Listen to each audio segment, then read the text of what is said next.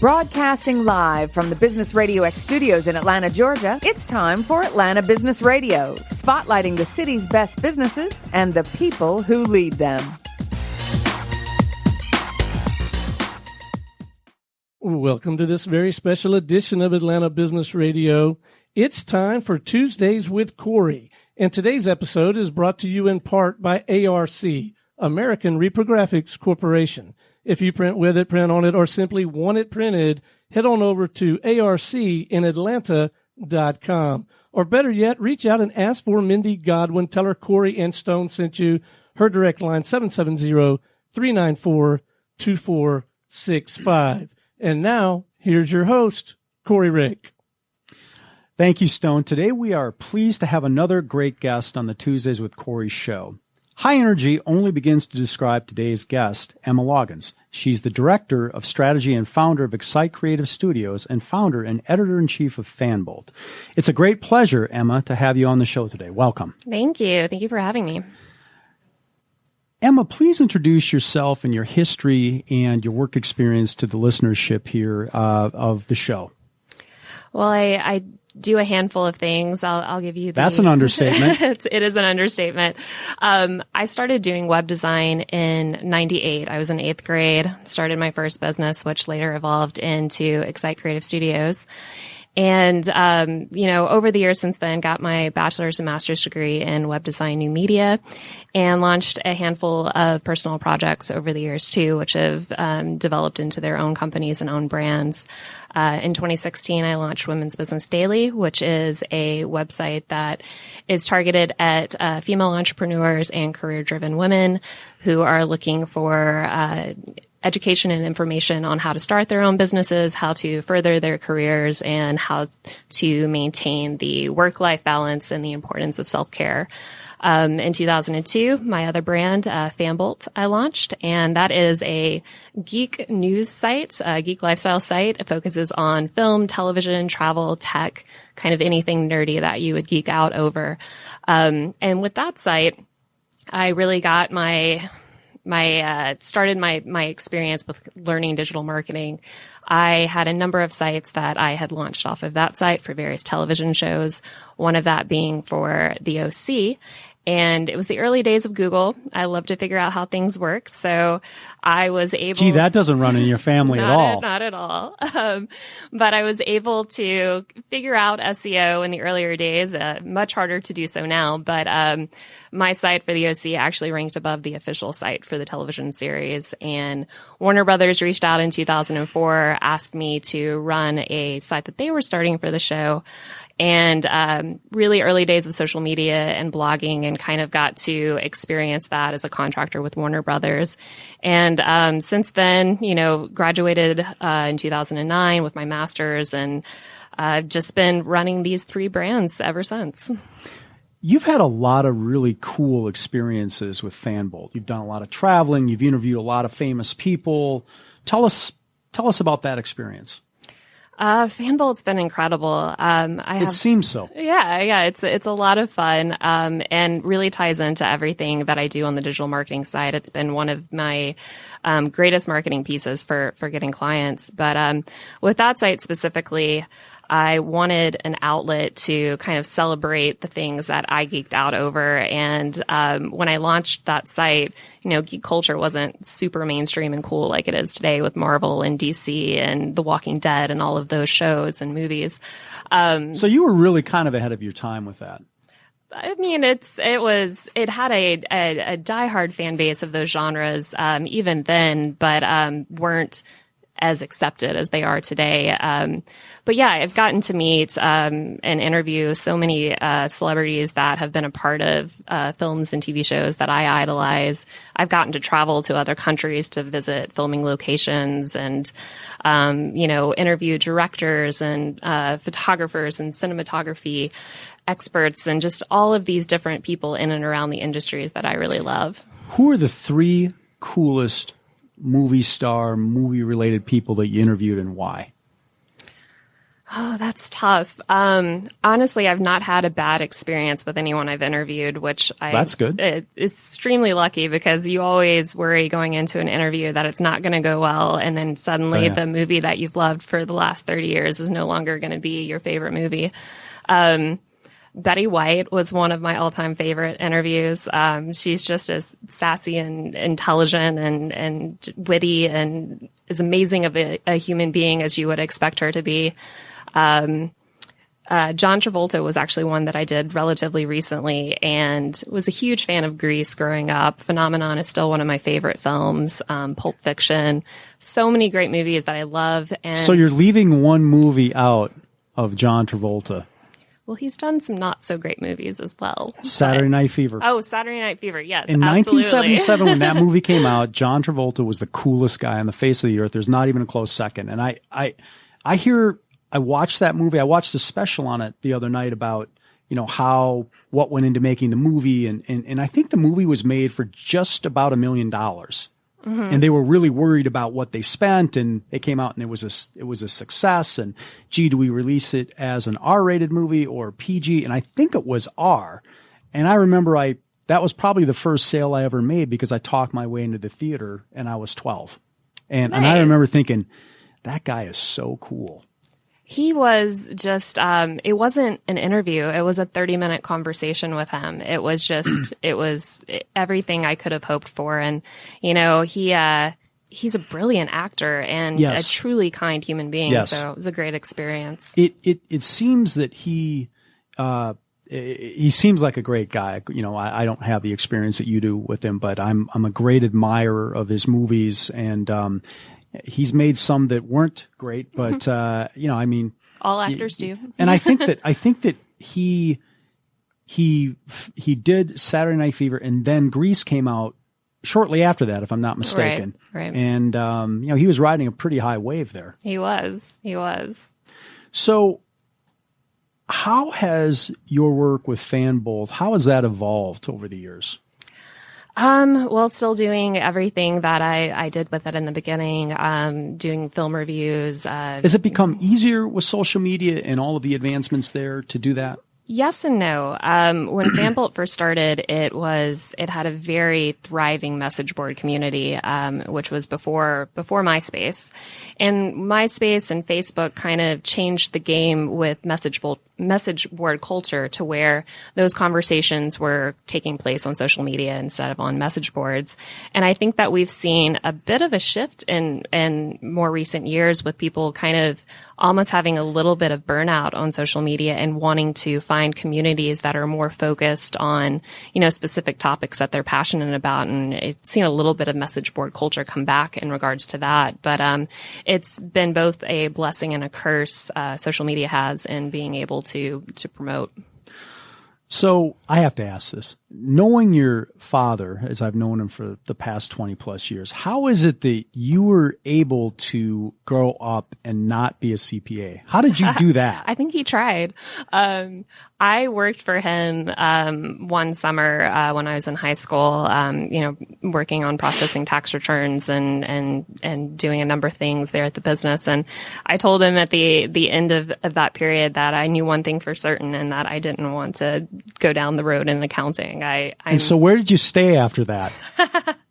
Both my parents have always been incredibly supportive, with the fact that I wanted to go to art school, and I, was starting businesses, and I couldn't have done it without their support. So I'm very thankful that they were supportive of me going to art school. Well, your dad is certainly a fan of yours. There's zero question about that.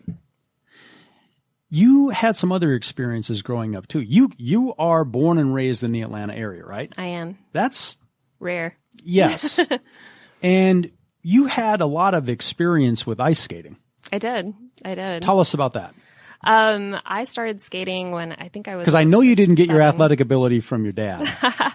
Well, you know what? I still, it's funny that sometimes if you put me in heels, high heels, I can't walk, but you put me on, a tiny blade on an ice and I can skate. It's a very odd thing, but, I started skating when I was 7 and, I did something at the time. It was called precision skating. Today it's called synchronized skating, and it's, roughly 16 or so girls on the ice, kind of rocket style. And it's, not an Olympic sport yet because not enough countries have teams to send to the Olympics with it. But I think that is probably going to change in the future. You had a lot of success with that, though. I loved it. Yeah. It was, that was my sport as a kid. What did you learn from that? I learned a lot from that. I think teamwork being the major thing that I learned from that. Working with 16 other girls on the ice and having to coordinate and count and be at a certain place at a certain time. It was a really good experience for just experiencing what it's like to work with a team. Yeah. So you graduated from high school what year? 2002. Because it feels like I need a break hearing about all the stuff you've done, and you're very, very young yet. I mean, you're just sort of getting started. How did you get the idea to get involved in web design? Was there a jumping off point? I don't remember the catalyst. I remember that I was in my dad's office and there was a book, I think, on front because you'd done something wrong? No, I don't think so. I don't remember, so we'll say no. But there was a book on front page, which embarrassed to admit now, but a lot of people, in the late 90s dabbled in front page. And I have no idea what you just said. It is. Is that a newspaper? No, it was a website coding program that you could use. And now, it's kind of no one uses those types of things anymore. But I kind of got into it, and I've always had a knack for and an interest in building businesses. And I would sit down I'd sit down at a table with like an Office Depot catalog, give myself a budget, and have to outfit my office. And that was fun to me as a middle schooler or as an elementary school kid. You are definitely your father's daughter. So I've just always loved building brands and building businesses, and being able to build websites allows me to, build a digital presence for multiple types of brands. So it's building businesses over and over, which was really satisfying and exciting to me. What are some of the main things that you would need to have for a client to help them build their business, to build their brand? What are 3 things that you would need from the client to do that the right way? To do it the right way, content is king. Having good content that you can work with to SEO and further optimize. That's the most important thing. Content that reads well for the reader, but also reads well for Google. High quality images. That's another one that can be a struggle. If you took it on your cell phone, it probably shouldn't go on your website, unless you have a really great camera, and that's better than mine.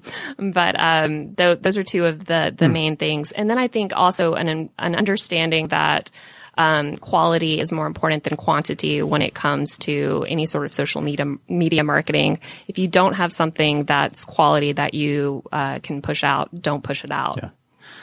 What's your insight, given all of your experience and success with social media? What is your insight as to how many times people should post? Let's just say a business owner. How many times a week should they post on various media outlets?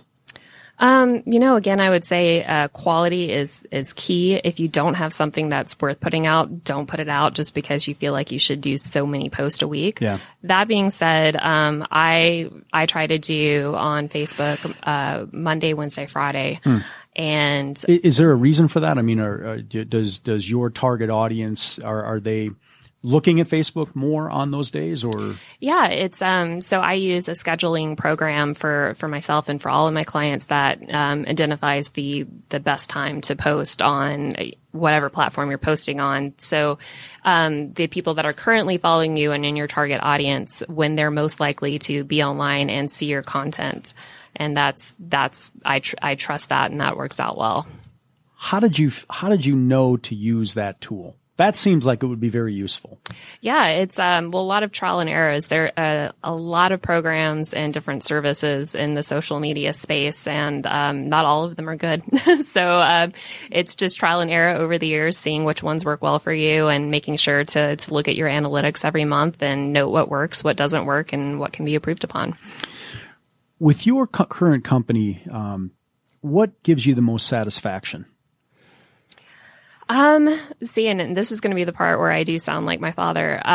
It's looking at the analytics and looking at the numbers month to month and seeing the growth. That to me, knowing that, seeing a ranking on Google move up from, 10 to first place, or, seeing traffic, improve by 50% or 100%, and just seeing the numbers that actually show success and what the ROI is.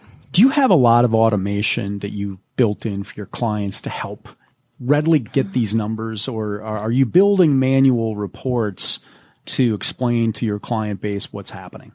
The reports are automatic. I pull those every single month from the software that we use, and then I go through and I kind of translate those reports into terms that are a little bit more understandable and relatable for. I'm sure your clients really appreciate that. Yeah. You're dumbing it down. In other words, you're putting it in English. Exactly. I want to be sure that they understand. When you take on a client, do you have an intake process? What's your process for figuring out what your steps are to help them? Usually an initial phone call just to kind of get a high level overview of what they're looking to do. And I'll follow up with that with a kind of a questionnaire that goes into a little bit more detail specific to their project, what they're looking to accomplish. And then it's a very strategic approach, creating a blueprint for how we're going to accomplish, what they're looking to do and what that looks like in terms of supporting their other marketing efforts as well. One of the unique things with Excite is that, most of the clients we work with them in multiple areas. So we'll do their website, we'll do their social media, we do their email marketing, and having one agency that you can call to be able to handle all of those different components also means that we have an awareness of what else you're doing and how to make sure that each of those components work together. So you're doing it sounds like you're a full service digital marketing shop. Right. That's fair, right? Right. And so you could, help folks with by parceling out. I'm sure you could probably do the email marketing. You could probably do the social media. Mm-hmm. You could help with website matters. Do you ever get a client that says, "Hey, Emma, I really just need help on my website. I need my website to generate more. Can you just help me with that?" Would you take Absolutely. a client that asked you for that? Absolutely. We have a lot of a la carte type clients as well. And then when you take on a client that has specific needs for a website, for website, better performance, whatever you want to call it, how do you get started with them? I mean, are you tracking how many hits the website is getting? Are you tracking how many meetings are generated? Walk us through that. Sure. Well, if it's a redesign project and it's not, a brand new website for a company, what we'll do is we'll go in and we'll evaluate their current website, put it through a couple of our programs to see, what is the Google page speed score? How can that be improved? What is their current SEO standing? What is the current rankings there? What is their current traffic? Really being able to look at all of the data and the analytics, for both the content and the technical side to establish a baseline and then set realistic goals for what we can accomplish with a redesign. Yeah, that sounds realistic. Do you have a certain kind of client that you're looking for? Honestly, our client base is kind of all over the map. We have a lot of kind of small mom and pop shops, a lot of startup tech companies, of course, working with film and television companies, personal trainers, lawyers. It's kind of all over the map. The best fit for us, though, are clients that are truly passionate about their businesses and are excited about what we bring to the table and how we work. Is your approach with people knowing that there is a huge differential in your expertise and kind of what your client understands? Take me, for example. I understand like sort of next to nothing about all the things you just discussed. I know they're important, but I also know it's important to sort of leave it to somebody that's what they do. What is your expectation of involvement, for the clients that you take on? It's different from client to client. Sometimes we have clients that say, we fully trust you and we fully trust everything you're going to put out. Run with it. We don't want to work with it. Yeah, that doesn't surprise me.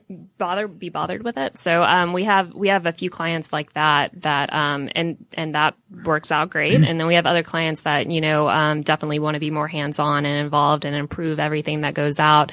We're very flexible to be able to work with our clients in whatever way best fits them and their business. In looking at all of the options media-wise, LinkedIn and Facebook and for business owners, for entrepreneurs, do you give them perspective on, hey, if you're trying to promote professional services, here are the places you should go to. Do you have perspective and thoughts on that? Yeah, absolutely.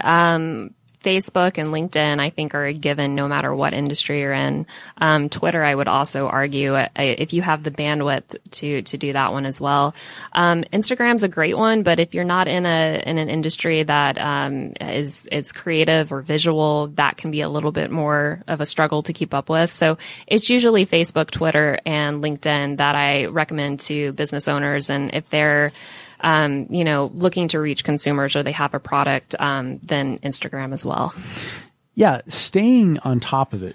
If you're busy and you're working in your business, during go time, 7 a.m. to 5 or 6 p.m., it seems like it could be very much a challenge to stay on top of it.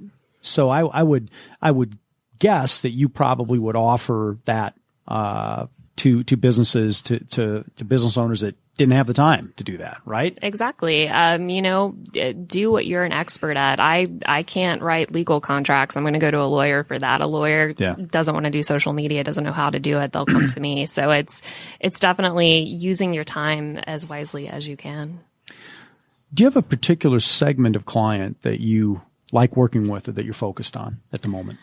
For me, I know you want business owners that feel strongly about what they do. Obviously, that's key. Absolutely. I named my business Excite Creative for a reason. I'm very excited about what I do. I love it. We never would have picked up on that. I'm very passionate about it. So those are the business owners that I love working with the most. But, I will say that, working with female entrepreneurs is something that just, really personally motivates me. And, it's something that, Why is that, Emma? I think it's just the stories and the transparency, and just the honesty that gets shared and the stories that get told. It's just something that I really love hearing, and I really love hearing how they started their business and the struggles they had and the challenges they overcame. And it's incredibly inspiring. And those stories are the reason why I started Women's Business Daily, is I wanted to be able to kind of capture that all in one location and have a place that people could go to for that type of inspiration and motivation.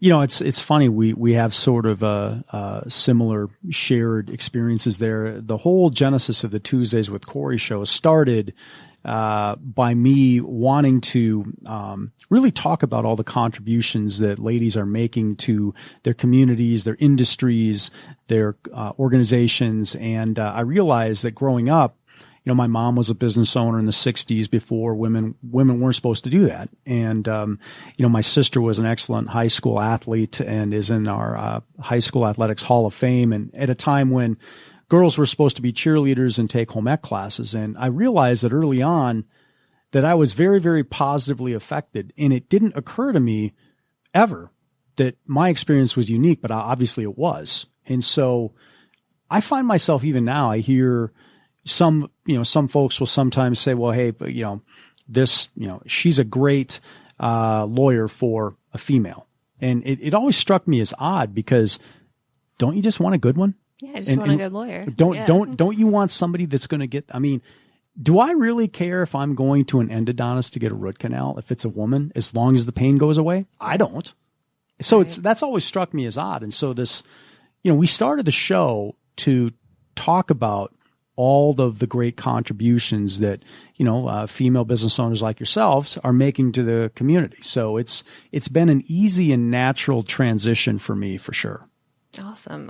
Yeah, it's I still remember when I believe I was 16. I was working at the Was that last week? I'll take it. I was working at the local ice skating rink, and it was I was making minimum wage, $5.15 an hour, and my boyfriend was making $5.95 an hour, and we had the same job, and we started the same day, and I was like, what the heck? Like, why? And that was kind of my first experience with that. And at an age when I didn't really understand the bigger picture of it. And it's just something that I've always kind of felt very passionate about talking about and creating conversation around these topics, because they need to be talked about.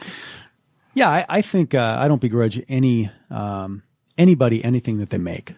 Male, female, or what have you. I think it's, like I said before, I think it's unique. You just want a good one of whatever. Right. Whether it's a web designer or a dentist or a CPA or whatever. And you got to like, know, and trust them. I mean, that's something that, it's one thing I've learned in my 55 years of existence is, if I don't like someone, I just can't get to know them. And if I don't know them, I certainly can't use their services or put them in front of my clients for sure. Right. Absolutely. So how long you skated competitively for a while? 13 years. How come, was there a reason you didn't go further with it? It was a challenge. It was a huge time commitment, I'd imagine. Huge time commitment, and we didn't really have a rink for a large part of those years near the house. I grew up and lived in Jonesboro, and we were. So where did you go skate to practice? Stone Mountain for a while until the rink closed there in '96 in preparation for the Olympics, and then it was. So that was what, 45 minutes away from where you grew up, roughly? Yeah, and then it was Marietta, and then Duluth, and there were some times where our team, our precision skating team, was based out of Stone Mountain, and when that closed, we didn't have a home, and then all the other rinks had their teams, and those teams got priority. So we would have situations where we were driving to South Carolina or to Huntsville to skate, at 5 a.m. in the morning, and bless my parents for doing it and keeping up with it. And I loved it for so long, and then I got a little burnout on it towards the end. It was a huge time commitment. Yes. And I also had the realization that I started at 7. I didn't start at 4. I wasn't going to the Olympics, so it was just kind of changing my priorities. Was there a aha moment about that when you realized maybe your time is better spent doing something different? I don't know if there was an aha moment. There definitely was moments where, I would fall and it would hurt more. And so I'd be like, all right, well. So maybe that's part of getting older. Yeah, definitely. Well, I think that you probably learned a lot of lessons about discipline. How many hours a week were you practicing for your team? It was usually, probably 5 to 6. Okay. Yeah. So that's pretty much a day. Yeah, pretty much. So what took up your time when you decided to walk away from the ice skating part of your life? How did you fill that time?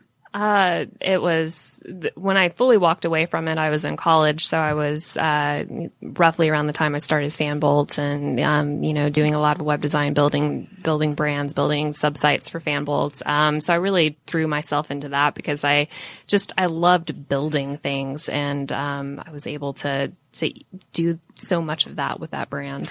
So this FanBolt, business, you've really, from where I sit, you've really parlayed that into, a lot of trips, a lot of very, very unique experiences.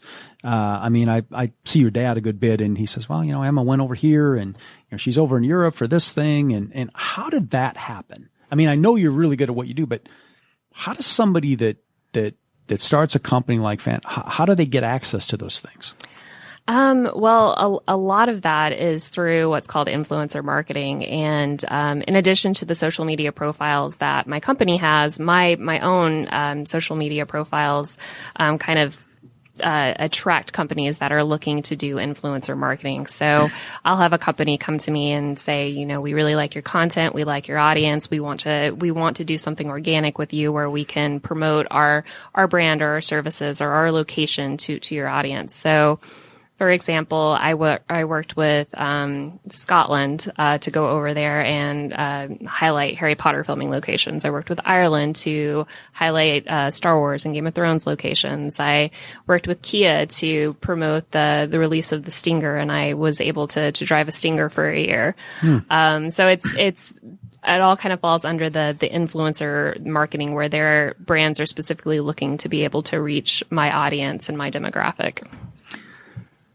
You also list a lot of experience public speaking. How did you get into that, and how do you like that, and how does that fit into your businesses that you have? When I first got started with it, I was speaking at high schools, kind of talking about my journey of, creating my own businesses and kind of paving my own way to do what I was really passionate about in life. And I love doing that. I love being able to talk to high schoolers and inspire them to follow their dreams. But then also talking at a number of industry events about social media, web design, the importance of the digital presence that you have for your business. Also, moderating panels with different celebrities in promotion of the movies and TV shows they have coming out. So it's kind of all over the map. I used to hate it. I honestly used to hate it, and now I really love it. Gee, I've never heard that before. Well, it can be a very, very good generator. It can be very, very effective for business development, whether you're speaking on your own or on a panel. Absolutely.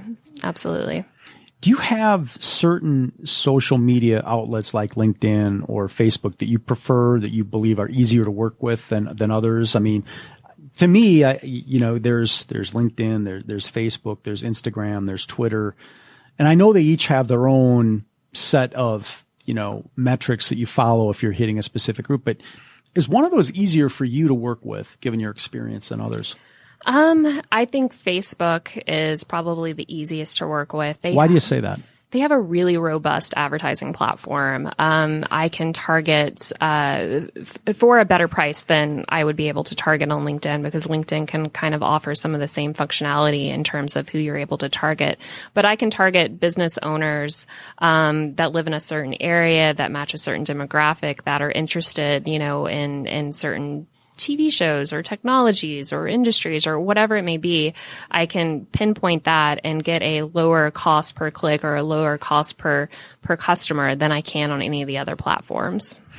Have you had the most success there then? For my business, yes. I would say for me, as with the social media influencer work that I've done, with FanBolt, Instagram has been the most successful. What's important for you when someone is making a referral to your organization for your Excite business? I think it's just having someone. 99% of our business is referrals. That is how we get the majority of our clients. So it's just being able to work, like I said before, with companies that are really passionate and have realistic expectations for what their budget is. That's the best fit. Clients don't have realistic expectations? Really? This just in. What do you think separates you from others that do what you do? I think there are a number of things. One being being a full service creative agency, kind of being able to handle multiple parts of a project and know how each of those pieces support the other. Another one is how accessible I am. All of my clients have my cell phone number and text me, call me after hours sometimes. And, well, you don't need to sleep. You're only 18 years old. Yeah, exactly. But no, I mean, I understand it as an entrepreneur myself. Being able to get a hold of people that you work with or team members, gives you peace of mind. And that's something I want my clients to have. So if they have questions after hours, I will respond to them as soon as I can. And I think also it's the level of excitement and investment that I have in my clients. No one cares as much about your business as you do, but the project that you're hiring my company for, that is my business. So I care as much about that project being successful as you do. And I think that that level of investment and that level of excitement that we bring to the projects, to our clients' projects, really sets us apart from our competition. How has your business with Excite Creative Studios evolved? It's evolved in service offerings over the years as the you're technology offering more has changed. services than you were initially? Yeah, absolutely. In the beginning, it was just websites. And then as social media happened, we, started offering social media. My experience with both FanBolt and Women's Business Daily, gave me a lot of experience and education with content marketing and SEO. And those are why those two sites are successful. That's why, I generate as much traffic as I do from those sites. I know how to do it. I've done it on my own brands and I can do it on my clients' brands as well. So, SEO is a huge part of what we do as well. Email marketing, all of those components have come online over the years. So you're probably in a position where you could give clients a white paper or a summary of, hey, here's what I did for FanBolt. Here are the issues I needed to accomplish, the metrics I needed to hit, and here are those numbers. And then here's what I did for Excite Creative Studios. So, I mean, that to me, it gives you infinite credibility. Because you've done it not only once, but you've done it twice. And you have ongoing business and ongoing concerns with both companies, right? Absolutely. Absolutely. Both FanBolt and Women's Business Daily are two of our biggest portfolio pieces that we can say, look at what we've done with these brands. This is what we can do for you. What do you think about, where does video fit into all this? Because I hear there's chatter about, well, you need to be out on YouTube. You need to be putting out videos. People don't look at other information anymore. And I don't actually know if that's true or not, but I'm just wondering for myself, how important is video to content marketing and putting information out there? It's super important. I mean, why though? As technology progresses, our attention spans decline more and more. And so video and visuals and content of a certain length fits in well to that. I'll give you an example. One of my law firms that I work with, we recently took their most successful blog post and translated each of those into videos and then put those videos into the blog post. And now each of those pages are performing considerably higher traffic than they were before. We don't know the magic sauce that Google looks at with its algorithm and how much everything plays into it, but we do know that certain things do affect it. And video marketing and having video on your site definitely makes an improvement in your rankings. Going back to the thing that you did for your law firm, did that require them to make videos, or did you make the video, animation or something on your own? Did that require them to shoot a video to talk about the blog? Yes. So I have a contractor that I work with that came in, set up everything, had all the equipment, and then, the lawyer would just speak to the camera, relaying the information that was in the blog post. And then I would then edit that video, put up the opening and the closing title cards on it, and then we would upload it to their YouTube and then embed it on their site. Yeah. It seems that, from what I can gather, it seems that you're hitting a whole bunch more people. You have the ability to engage and nurture a bigger audience than by just putting out a blog and posting it on, Facebook or LinkedIn. Is that accurate? Absolutely. I mean, the more places that you can spread your marketing materials, the higher the likelihood that someone is going to stumble across you and your brand and be interested in working with you. So it's just being able to get your content out there in as many places as you can. How does all of this fit together? The blogging, the email marketing, the posting, the videos, the websites. I know there's no special cocktail, but surely in that, tremendous mental horsepower that you have I can see the gears turning. How does all that stuff fit together? Content is king. That's one of the things that Google looks at when they look at your site is how often your site is updated, and being able to have a new blog as frequently as you can, be able to push that out on social media, be able to have video content created from that to show that you're continually being active in adding content to your site means that it's more up to date. And when Google's looking at you and a site that's a competitor, if your site's more up to date and has better content, that's going to rank you above your competitor. How often should somebody update their website?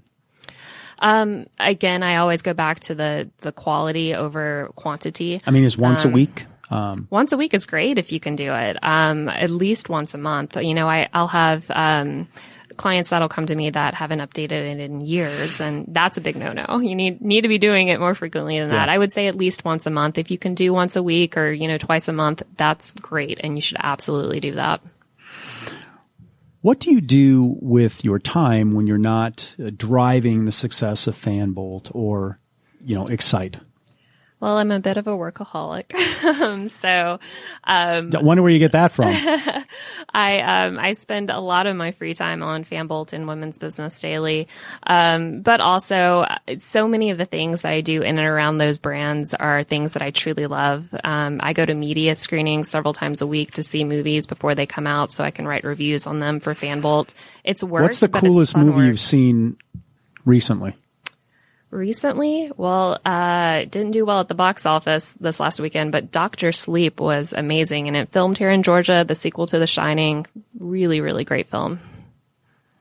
I'll take your word for it. Did not do well, but it's a really great film.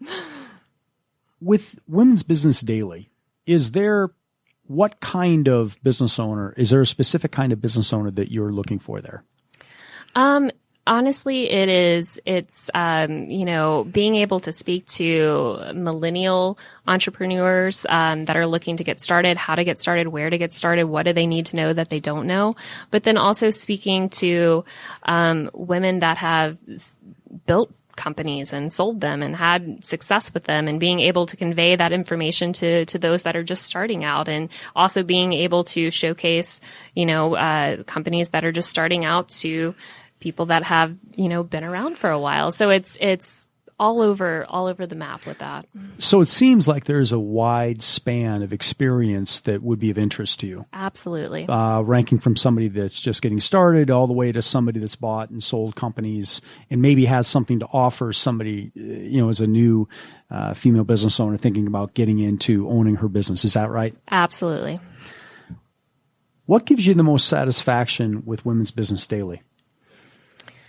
I do these, in addition to the content, the regular article content we put out on that site, we do a number of features on business owners. And that to me gives me the most enjoyment and just excitement about what I do, is being able to hear their stories and also learn from them, situations that they've been in that I've not been in. And I wouldn't have thought about how I would have handled them or what I would have done. And it's being able to share that knowledge and learn from one another and support one another that is the most fulfilling for me. Yeah, and pick everybody up as opposed to nitpicking. That's Absolutely. great. Celebrate what everyone is doing versus pulling it apart. If someone was to engage your services from where they sit, what are the most important questions they need to ask you? Because along those lines, a lot of people that do what you do often take advantage of people that don't understand what they're doing. Right. And so how do you avoid that? How have you had so much success? You must have avoided it for the most part. Yeah. I mean, like I said before, 99% of my business is referral. So it's, someone that's had a good experience with us, telling their friends, telling their neighbors, about working with us. And that really speaks for itself. But what I would say, if you're looking at working at it with a digital marketing agency or with a web designer, is look at their reviews online. You don't go and buy an expensive piece of technology from Amazon without reading the reviews. You wouldn't hire a digital marketing agency without looking at their reviews. That really speaks for itself and will kind of, give you the confidence that you need to make a decision. Is there a certain number of reviews that a business needs to be looked at as legitimate? I don't think so. I think if you don't see the number of reviews that you would want to see with a company, What do you think somebody should look for? 50, 100?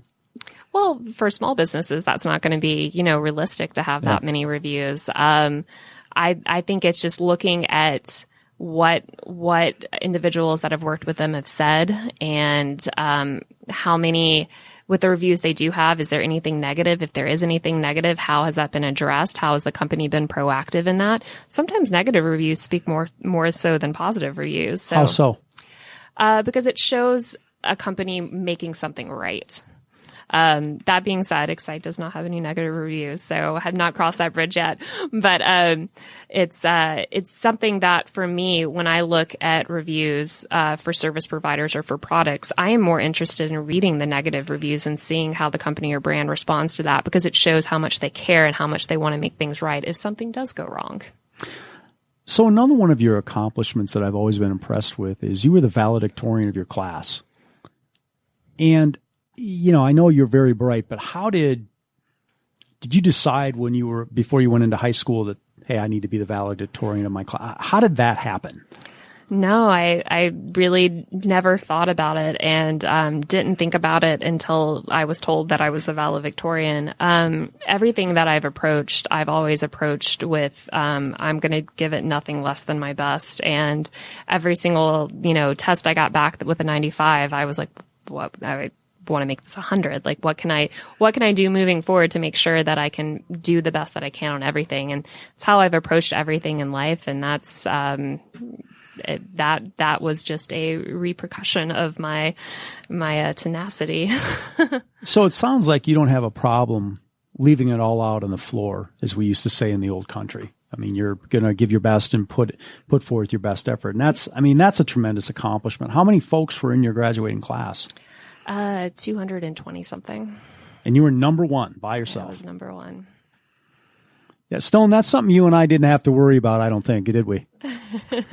Well, congratulations. That's a huge accomplishment. You were referred on the show by somebody that we have a great deal of respect for, and you've achieved a certain level of excellence. And I know we talked a little bit about what separates you, but I think knowing you, the things that separate you from me is that you've gotten your hands dirty doing the work.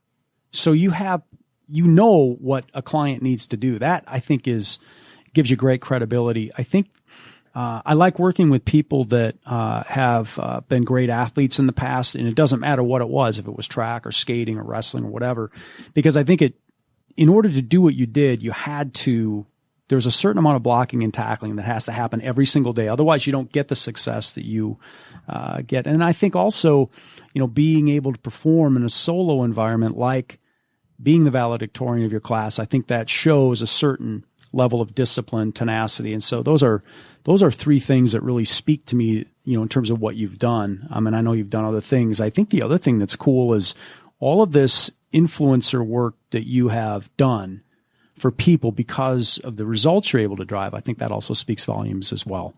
I should be a paid commercial sponsor for you, shouldn't I? Yeah, absolutely, you should be. Let's talk. What do you think you're going to do going forward? I mean, you're young. You've obviously experienced a great deal of success. You've recently gotten married. I have. And so what do you do with your free time? I know you work a lot, but, when you shut it off, what do you do? When I shut it off, because you did make the comment initially about work-life balance. Yeah. It's so much of, I've made a career out of things that I'm truly passionate about, and some of my career is my hobby. So, I think for me, when I'm not working, traveling, I want to see as much of the world as I possibly can see. Well, you've seen a lot of it now. I have seen a lot of it. What's the coolest place you've been to? Oh, that's hard. Well, pick two. I loved Scotland. I had such an incredible... Why? I was traveling with an individual that really tested my my endurance for a trip. Some things went wrong with our car on that trip, and she was a fellow influencer, and it ended up being this crazy, awesome adventure that should have not ended well, but ended really well. And we got to see a lot of cool places. We got stranded on the Isle of Skye. It was so much fun. That and all of Italy. I would move to Italy in a heartbeat if I could. I'm not sure. I'm sure your dad and mom would have something to say about that. They would not be a fan of that. Yeah. Yeah. So what's next? Continuing to grow my businesses, launching more businesses. Women's Business Daily has some really cool stuff, that's happening early next year. We're rebranding and relaunching that, bringing in some additional, contributors there and really building out the community of female entrepreneurs on that site to be able to mentor and offer advice to those getting started. Do you have get-togethers for Women's Business Daily? Do you have any meetups or anything like that? How else are you driving the brand there? I know you're doing a ton of work there, but are there other things that you're doing that we need to know about? Not doing events currently, although I am in talks about having retreats and kind of bringing some of what we're doing in the digital space into the physical space. So I am working with a company on that, and hopefully we'll have more to say about that in early 2020. What do you mean bringing it into the physical space? Digital versus physical? Bringing in some of the same contributors that we have writing content and offering advice on the site, bringing those individuals into a weekend retreat to be able to do workshops and do really focused sessions on working with entrepreneurs and what they need to know and how they can better build and grow their businesses. Is there a percentage of time that you spend on Excite Creative Studios versus FanBolt? Is it 50-50? Is it generally, or if you looked at the course of the last 365 days, what would the breakdown be? Oh, they're both full-time jobs. It changes from day to day. And honestly, that's what I love most about what I do is that I can be flexible enough to where I'm coding all day on a website one day. And then the next day I'm on a film set, interviewing an actor. I can make my schedule what it needs to be. And, it's like I said before, I know it qualifies as work, but it doesn't feel like work. Is there a part of it that you enjoy more than other parts? I mean, you mentioned coding and you mentioned, do you enjoy that? Absolutely. I enjoy. You really are a mutant. I love understanding how and why things work and making things work. So that to me is where I get the most satisfaction and excitement with what I do. How are you giving back to your community that you're living in now? That was really my goal when I started Women's Business Daily is I wanted to be able to help other people that were starting out that maybe didn't have the resources that I had or, the network that I had. So much of me launching my business, I mentioned my parents being extremely supportive, but having my dad, a CPA, be able to really say, okay, you need this, you need this, you need that. Those are not things that I would have known had he not told me. So being able to. And he's not shy about telling people. I know that. No, not at all.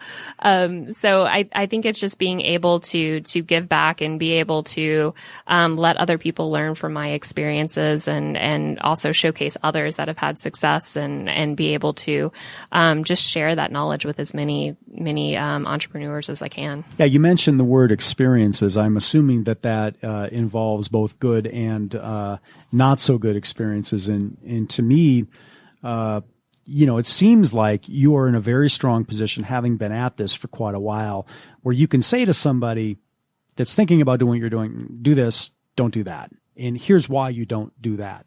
There's a lot of, I think there's a lot of mojo and a lot of power in that. And, just my 2 cents worth. No, absolutely. I speak about FanBolt and Women's Business Daily as my, as two brands that were side projects that were successful. I've had side projects that were not successful, and I honestly learned more from those experiences than I have from the success that I've had. So, learning from the things that don't work is just as important and valuable and as what does work. Well, this is great. So, Emma, you've had all of this success, and at a still relatively young age, what What advice would you give your younger self? I think I would go back and say, don't be afraid of taking risk. You know, I'm a planner. I prepare. I try to make sure that I'm, approaching everything the right way. And there's sometimes when you're doing something new where you just need to think outside the box and you just need to trust your gut. Sometimes it'll work, sometimes it won't. But like I said before, if it doesn't work, you'll learn more in those experiences than you will from the ones that do. If there were a young lady that were thinking about taking the path that you've taken, what advice would you have for her? I would say just do it. The time is going to pass regardless. A year from now, you could either be a year into building your business or you could still be talking about doing it. So just do it is one thing. Secondly, I would say, especially for the youth today, growing up with social media being such an integral part of their life, be careful what you put out there. Everything I've ever put on social media has been to support Emma Loggins as a brand. It's this, I brand myself as a geek girl. I love the film, television, travel, tech, all of these things. And that is all of the content that I put out there on my own social media supports that narrative and supports that brand. So just being strategic with thinking of yourself as a brand and how you want to present yourself to the world, just to be conscious of that with social media. So, Emma, you've had great success with FanBolt, great success with Excite Creative Studios. If the listenership wanted to get a hold of you, how would they do that? Well, Facebook, Twitter, Instagram, Emma Loggins on each of those accounts. You can find me online at fanbolt.com, excite.com, email address excitecs.com, and email address emma@excitecs.com. Phone, I don't want to get off my mobile, Corey. That's only for clients. All right. Well, Emma, you've been a tremendous guest. Thank you. And continued success. And you've been a great guest today. And thanks so much for being on the show. Continued success. Thank you. I appreciate it.